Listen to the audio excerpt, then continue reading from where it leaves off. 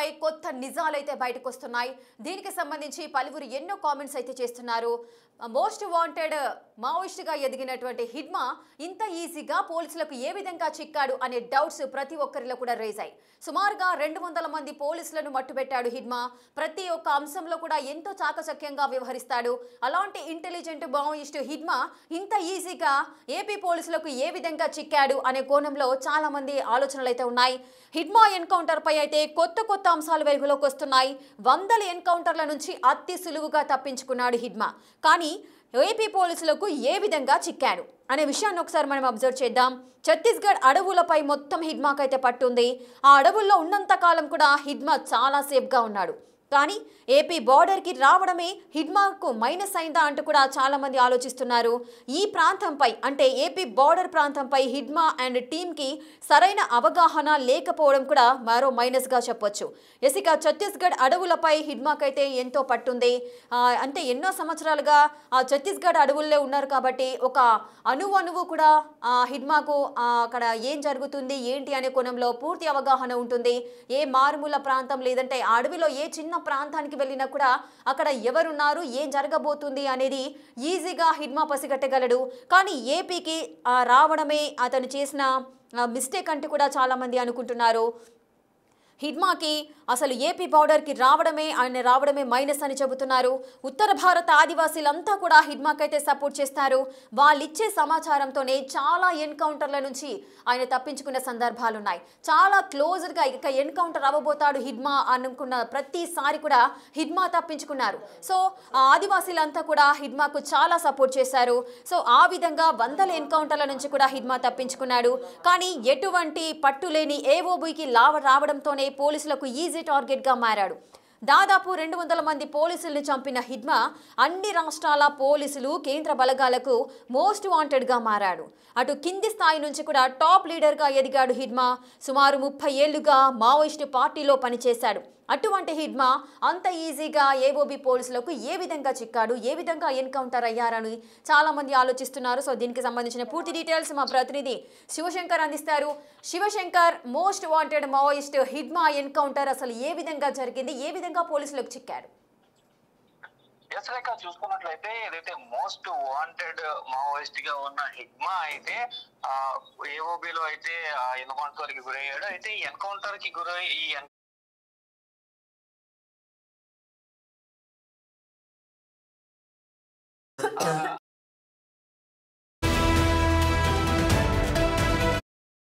Border కి వచ్చాడంటూ కూడా కొంతమంది చెప్తున్నప్పటికీ కూడా అయితే పోలీసులు చెప్తున్న కథనం ప్రకారం అయితే ఇక్కడ ఒక షెల్టర్ ని ఏర్పాటు చేసుకునేందుకైతే అంటే ఇప్పటికే ఆపరేషన్ ఖగర్ పేరునైతే ఇప్పటికే పూర్తిగా దేశవ్యాప్తంగా ఉన్న మావోయిస్టులు, ప్రముఖ మావోయిస్టులు కావచ్చు, మావోయిస్టులు ఎక్కడ కనబడినా కూడా ఏరు వేస్తామంటూ కూడా ఇప్పటికే దేశ హోంమంత్రి అమిత్ షా ప్రకటించిన పరిస్థితుల నేపథ్యంలో మొత్తం మావోయిజాన్ని అంతం చేస్తామంటూ కూడా ఆపరేషన్ ఖగర్ అయితే ఇప్పటికే తలపెట్టారు. దీని టార్గెట్ మార్చ్ వరకు కూడా ఉంది. 2026 మార్చికి అసలు మావోయిస్ట్ అనే వాళ్ళు లేకుండా చేస్తామంటూ కూడా చెప్పిన పరిస్థితి కనిపిస్తుంది. అయితే ఈ నేపథ్యంలోనే దేశవ్యాప్తంగా అనేక చోట్ల ఎన్కౌంటర్ జరుగుతున్నాయి. మావోయిస్టుల్ని ఏరువేత అయితే మొదలైంది. ఈ నేపథ్యంలోనే ఛత్తీస్గఢ్ ప్రాంతానికి చెందిన హిడ్మా ఏదైతే మోస్ట్ వాంటెడ్ మావోయిస్ట్ కాబట్టి అతను సుమారుగా 200 మంది సిఆర్పిఎఫ్ పోలీసులు, అదే నార్మల్ పోలీసులు, అదే విధంగా సిఐలను, డిఎస్పీలను ఇలా అనేక మందిని పోలీసులను మట్టుపెట్టాడు. ఈ నేపథ్యంలో సుమారుగా 5 రాష్ట్రాలకి సంబంధించిన పోలీసులు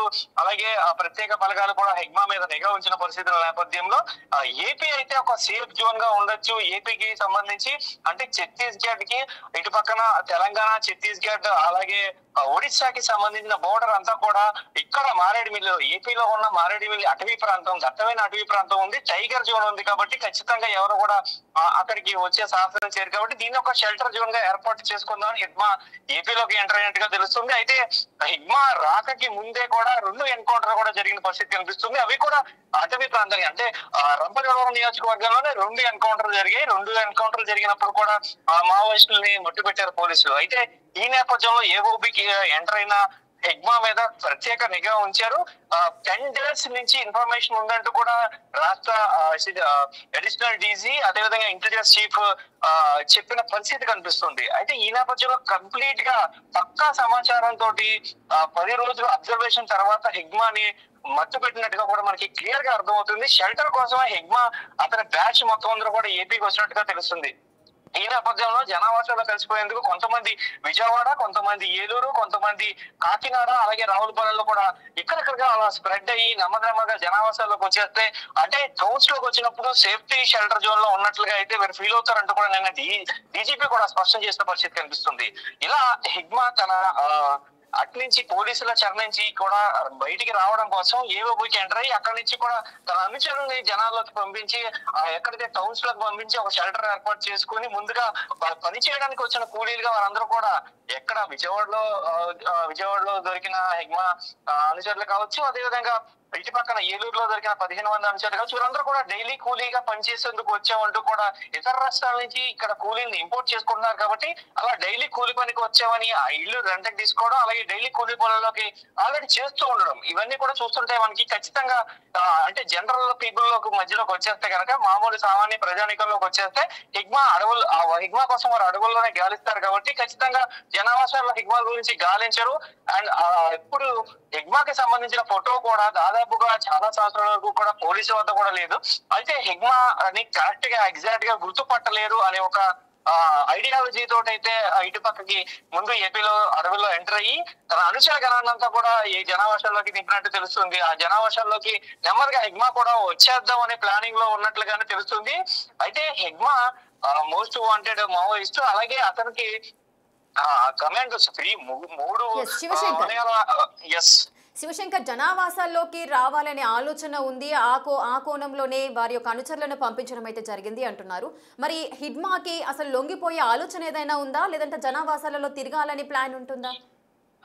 దీని మీద ఒక డిఫరెంట్ వాదన వినిపిస్తుంది. ఎందుకంటే ఛత్తీస్గఢ్ కి సంబంధించి ఛత్తీస్గఢ్ లో అనేక మంది పోలీసుల్ని హిగ్మా మట్టుబెట్టడం తోటి అతను గొరిల్లా ఆపరేషన్ లో పాల్గొన్నాడు. అంటే సుమారుగా ఒక 300 మంది మావోయిస్టు, ఒక 50-60 మంది సిఆర్పిఎఫ్ బలగాలను మట్టుబెట్టిన అలాంటి భయంకరమైన ఆపరేషన్ లో పాల్గొని హిగ్మా చిన్న వయసు నుంచి కూడా అలాంటి ఆపరేషన్ అన్నింటినీ సక్సెస్ఫుల్ గా మాస్టర్ మైండ్ తోటి చేశాడు. కాబట్టి అటుపక్కన ఛత్తీస్గఢ్ లో కనుక పోలీసులకి లొంగిపోతే అతన్ని ఖచ్చితంగా ఎన్కౌంటర్ చేస్తారు అనే ఒక నేపథ్యంలో ఇటు పక్కన ఏపీకి వచ్చి లొంగిపోదాం అనుకునే ఒక వాదన వినిపిస్తుంది. అదే విధంగా చూసుకున్నట్లయితే హిగ్మా ఎలా ఉంటారు అనేది ఎగ్జాక్ట్ గా పోలీసులు గుర్తుపట్టలేరు. కాబట్టి జనావాసాల్లోకి వచ్చి నార్మల్ పీపుల్ లాగా కొంతకాలం ఈ ఆపరేషన్ కాగారికి సంబంధించిన ఈ గొడవలన్నీ కూడా సర్దుమరిగే వరకు కూడా కొంతకాలం జనావాసాల్లోకి ఉండాలనేది ఒక వాదన వినిపిస్తుంది. ఇదే విధంగా చూసుకున్నట్లయితే ఇటు పక్కన ఏదైతే జనావాసాల్లోకి వచ్చిన అనుచరుల ద్వారా ఇటు పక్కన కాకినాడ పోర్ట్ నుండి కాకినాడ సముద్ర మార్గం నుంచి కూడా శ్రీలంక వెళ్ళిపోవాలని ఒక ఆలోచనలో ఉన్నారు అని కూడా ఒక అనేక రూమర్స్ వినిపిస్తున్న నేపథ్యంలో పూర్తిగా చూసుకోవచ్చు మనం. రేఖ హిగ్మా ఇటు పక్కన గిరిజనులందరికీ కూడా, అటు పక్కన ఎవరైతే ఛత్తీస్గఢ్ సంబంధించిన గిరిజనులు ఉన్నారో వీరందరూ కూడా చాలా తక్కువ ఆర్థిక స్తోమత కలిగిన వారు అనమాట. ఎందుకంటే మనం నిన్న హిగ్మా ఇంటిని చూసాం, కేవలం ఒక తాటేకిలతో నిర్మించిన చిన్న పూర గుడిసె. అదే విధంగా హిగ్మా గ్రామం కేవలం 50 ఇళ్లను కలిగి ఉన్న ఒక గ్రామంలోనే 90 మంది మావోయిస్టులని హిగ్మా సృష్టించగలిగాడు. అంటే అక్కడ పేదరికం అనేది, అణిచివేత అనేది ఎంత స్టేజ్ లో ఉందో ఆలోచించవచ్చు. అందు గురించే ఆ ఏరియా మొత్తాన్ని మనం నిన్న హిగ్మాకి సంబంధించిన అంత్యక్రియల ఒక వీడియోస్ చూస్తే ప్రతి ఒక్కరు కూడా ఆశ్చర్యపోయిన పరిస్థితి కనిపిస్తుంది. ఎందుకంటే సుమారుగా ఒక 200 మంది పోలీసులను మట్టి పెట్టిన ఒక మావోయిస్ట్ కి ఎంత మంది అభిమానులు, అది కూడా వారి గ్రామంలో 50 ఇళ్లు మాత్రమే ఉన్నాయి. ఆ 50 ఇళ్లలో 90 మందిని మావోయిస్టులుగా మార్చాడు. ఈ 50 ఇండ్లు కాకుండా చుట్టుపక్కల గ్రామాల నుంచి కూడా పెద్ద ఎత్తున సుమారుగా 2000 మంది ప్రజలు వచ్చి అతని అంత్యక్రియల్లో పాల్గొన్నారంటే ఆదివాసుల పట్ల ఆయన హీరోగా ఉన్నారని మాత్రం క్లారిటీగా తెలుస్తుంది. అయితే హిగ్మా పోలీసులకి మాత్రం ఖచ్చితంగా వెళ్ళాలని చెప్పుకోవాలి రేఖ. శివశంకర్, అటు గెరిల్లా యుద్ధాన్ని ప్రణాళికలు రచించడంలో లేదా ఐఎండి బాంబ్స్ ఈ విధంగా ప్రతి ఒక్క అంశంలో కూడా చాలా నిష్ణాతులైనటువంటి హిగ్మా అసలు ఏపీకి రావడము, మారేడుమిల్లి ప్రాంతంలో ఎన్కౌంటర్స్ ఆల్రెడీ జరుగుతున్నాయి అని తెలిసి కూడా అక్కడికి రావడానికి ఏంటి రీజన్స్ అని కూడా చాలా మందిలో ఆలోచనలు ఉన్నాయి. దీనికి ఏం సమాధానం చెప్తారు? ఒకవేళ ఛత్తీస్గఢ్ అడవుల్లోనే ఉంటే హిగ్మా ఎన్కౌంటర్ జరిగే అవకాశాలు ఉండేనా? డీటెయిల్స్ మనం చూసుకున్నట్లయితే మారేడుమిల్లి అడవుల్లో గతంలో కూడా తెలంగాణకి సంబంధించిన రవి కూడా మారేడుమిల్లి అడవుల్లోకి వచ్చి అక్కడ ఒక డీప్ ఫారెస్ట్ ఉంటుంది. ఆ డీప్ ఫారెస్ట్ అది కూడా హైలీ పైన ఉంటుంది, చాలా హైట్ లో ఉంటుంది. కాబట్టి అక్కడికి వెళ్ళడానికి రోడ్డు మార్గాలు కాదు, ఖాళీ నడకను కూడా సుమారుగా అడవి లోపల ఒక 30-40 కిలోమీటర్ ప్రయాణించాల్సిన పరిస్థితి ఉంటుంది. సో అలాంటి ఒక జోన్ ఉంటే అది సేఫ్ గా ఉంటుందని కూడా తెలంగాణకి సంబంధించిన రవి అనే ఒక మావోయిస్ట్ కూడా అప్పుడు గతంలో జరిగిన ఎన్కౌంటర్ లో చనిపోయిన పరిస్థితి కనిపిస్తుంది. అయితే దానికన్నా ఇంకొంచెం డేంజర్ జోన్ అంటే ఇంకొంచెం డీప్ ఫారెస్ట్ అది కూడా టైగర్ జోన్ కి అత్యంత సమీపంలో ఉన్న ఒక ప్రాంతాన్ని షెల్టర్ జోన్ గా ఎన్నుకొని అక్కడే స్టే చేస్తున్నట్లుగా అయితే 10 రోజుల నుంచి ఇన్ఫర్మేషన్ ఉందని కూడా ఇంటెలిజెన్స్ చీఫ్ అయితే ఇప్పటికే స్పష్టం చేసిన పరిస్థితుల నేపథ్యంలో మనం క్లియర్ గా చూసుకోవచ్చు.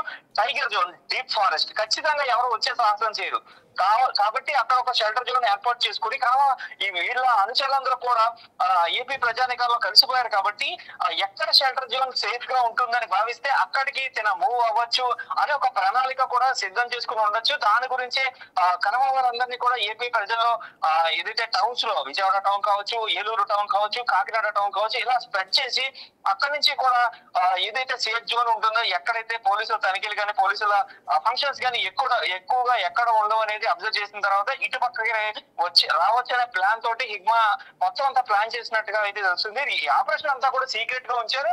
ఇంకా ఎంతమంది ఆ డైరీలో ఎంతమంది పేర్లు ఉన్నాయి, వారు ఎక్కడెక్కడ ఉన్నారు, ప్రజావాసాల్లో ఎక్కడ ఉన్నారు అనేది మాత్రం గోప్యంగానే ఉంచామని కూడా నిన్న డీజీపీ స్పష్టం చేసిన పరిస్థితులు కనిపిస్తున్నాయి. శివశంకర్, హిడ్మాకి సంబంధించిన బంధువులు కూడా కొన్ని ప్రశ్నలు అయితే లేవనెత్తుతున్నారు. వారికి కూడా అనేక అనుమానాలు ఉన్నాయి. హిడ్మా ఆల్రెడీ 1 వీక్ బిఫోరే పోలీసులకు భద్రతా దళాలకు చిక్కడం జరిగింది. ఇన్ని రోజులు వెయిట్ చేసి టైం చూసి ఎన్కౌంటర్ చేశారు అంటూ కూడా వారు మాట్లాడుతున్న సందర్భాలు దీంట్లో ఎంతవరకు నిజం ఉందనుకోవచ్చు? చూసుకున్నట్లయితే ఏ మావోయిస్ట్ ఎన్కౌంటర్ జరిగినా కూడా గతంలో జరిగిన 2 ఎన్కౌంటర్లు కూడా బోటకప్ప ఎన్కౌంటర్లు అంటూ కూడా కుటుంబ సభ్యులు చెప్పడం, అదే విధంగా వాళ్ళు లొంగిపోవడానికి వచ్చారు, ఆ లొంగిపోవడానికి వచ్చిన వారిని పట్టుకుని వారిని కిల్ చేయడం, చంపడం, అంత దారుణంగా షూట్ చేసి చంపడం, అది కూడా ఎన్కౌంటర్ చెప్పడం అయితే ఎంతవరకు సబబని గతంలో జరిగిన 2 ఎన్కౌంటర్ కి సంబంధించిన కుటుంబ సభ్యులు కూడా ప్రశ్నించే పరిస్థితి కనిపిస్తుంది. మావోయిస్టుల ఎన్కౌంటర్ తర్వాత ఇది సర్వసాధారణంగా ఇప్పుడు వినిపిస్తున్న మాట. కానీ మోస్ట్ వాంటెడ్ గా మావోయిస్ట్ గా ఉన్న హిడ్మా అక్కడ ప్రాంతాల్లో అంటే ఛత్తీస్గఢ్ ప్రాంతాల్లో ఎక్కడ కనిపించినా కూడా అతను అంటే అక్కడ నుంచి ఇక్కడికి రావడానికి కూడా ఆదివాసులకు సంబంధించి అక్కడ ఆదివాసుల్లో గానీ అటవీ ప్రాంతం అంతా కూడా అంటే సుమారుగా 30 ఏళ్ల నుంచి హిగ్మాకి సంబంధించి చిన్న పల్లెటూరును కూడా ఆయన ఎప్పుడు విజిట్ చేసి లేదని కూడా పోలీస్ రికార్డ్స్ స్పష్టం చేస్తున్న పరిస్థితి కనిపిస్తుంది. అంటే కంప్లీట్ గా అవుట్ అండ్ అవుట్ ఛత్తీస్గఢ్ కి సంబంధించిన అడవులంతా కూడా ఆయనకి కొట్టిన పిండి. కానీ ఆ అడవుల్లో ఉంటే ఖచ్చితంగా ఆదివాసుల నుంచి ఇన్ఫర్మేషన్ వచ్చేది, ఖచ్చితంగా చాలా సార్లు అలాగే హిగ్మా ఎన్కౌంటర్ నుంచి తప్పించుకున్న పరిస్థితి ఉంది. కానీ ఇక్కడ మారేడుమిల్లికి సంబంధించి ఈ అడవి ప్రాంతం అంతా కూడా హిగ్మాకి కొత్త అవడం, ఇక్కడ ఆదివాసులు ఆయన్ని ఇక్కడ నుంచి కూడా ఇన్ఫర్మేషన్ ప్రాపర్ గా రాకపోవడం ఎగ్జాక్ట్ గా చిక్కిపోయిన పరిస్థితి అయితే కనిపిస్తుంది. Right, thank you Shivashankar, thanks for the details. Right, ఇక హిడ్మా ఎన్కౌంటర్ పై కొత్త విషయాలు అయితే వెలుగులోకి వస్తున్నాయి. ఛత్తీస్గఢ్ అడవుల్లో ఎంతో పట్టున్న హిడ్మా అక్కడ ఉన్నప్పుడు 100 ఎన్కౌంటర్ల నుంచి అతి సులువుగా ఆదివాసుల నుంచి సమాచారం అందుకొని క్లోజ్డ్ ఎన్కౌంటర్స్ నుంచి తప్పించుకున్న హిడ్మా ఈసారి ఆంధ్రప్రదేశ్ అదేవిధంగా ఏఓబి బోర్డర్ కి రావడంతోనే ఒక మైనస్ పాయింట్ గా అయితే ప్రతి ఒక్కరు చెబుతున్నారు. ఒకవేళ ఏపీ బోర్డర్ కి రాకపోయి ఉన్నట్లయితే, ఒకవేళ ఛత్తీస్గఢ్ అడవుల్లోనే ఉంటే తన ఎన్కౌంటర్ జరగడానికి చాలా కష్టం అయ్యే పరిస్థితులు ఉండేవి అంటూ కూడా తన అభిమానులు చెబుతున్నారు. ఒక్కొక్కరి దగ్గర నుంచి ఒక్కొక్క వర్షన్ అయితే వినిపిస్తుంది. దీనికి సంబంధించిన డీటెయిల్స్ అయితే మనం చూస్తున్నాం. 100 ఎన్కౌంటర్ల నుంచి తప్పించుకున్న హిడ్మా అటు ఏఓబి ప్రాంతంలోకి రావడంతోనే తనకు మైనస్ గా మారింది అంటున్నారు. ఆదివాసులు చాలా వరకు అయితే సపోర్ట్ చేసేవాళ్ళు, చాలా ఎన్కౌంటర్ల నుంచి కూడా తను చాలా చక్కగా తప్పించుకున్న సిచ్యువేషన్స్ ఉన్నాయి. కానీ ఎలాంటి పట్టు లేదు ఏఓబిలో. అక్కడికి రావడంతోనే పోలీసులకైతే ఈజీ టార్గెట్ గా హిడ్మా మారాడు. సుమారు 200 మంది పోలీసులు చంపిన హిడ్మా అన్ని రాష్ట్ర పోలీసులు కేంద్ర బలగాలకు మోస్ట్ వాంటెడ్ గా మారాడు. కింది స్థాయి నుంచి టాప్ లీడర్ దాకా ఎదిగారు హిడ్మా. సో ఇప్పుడు ఏఓబికి రావడంతోనే పోలీసులకు ప్లస్ పాయింట్ అయిపోయింది. హిడ్మాని ఎన్కౌంటర్ చేయడానికి ఈజీగా అయిపోయింది. అక్కడికి రాకుంటే బాగుంటుంది అంటూ కూడా హిడ్మా అభిమానులు అయితే కోరుకుంటున్న పరిస్థితి అయితే నెలకొంది.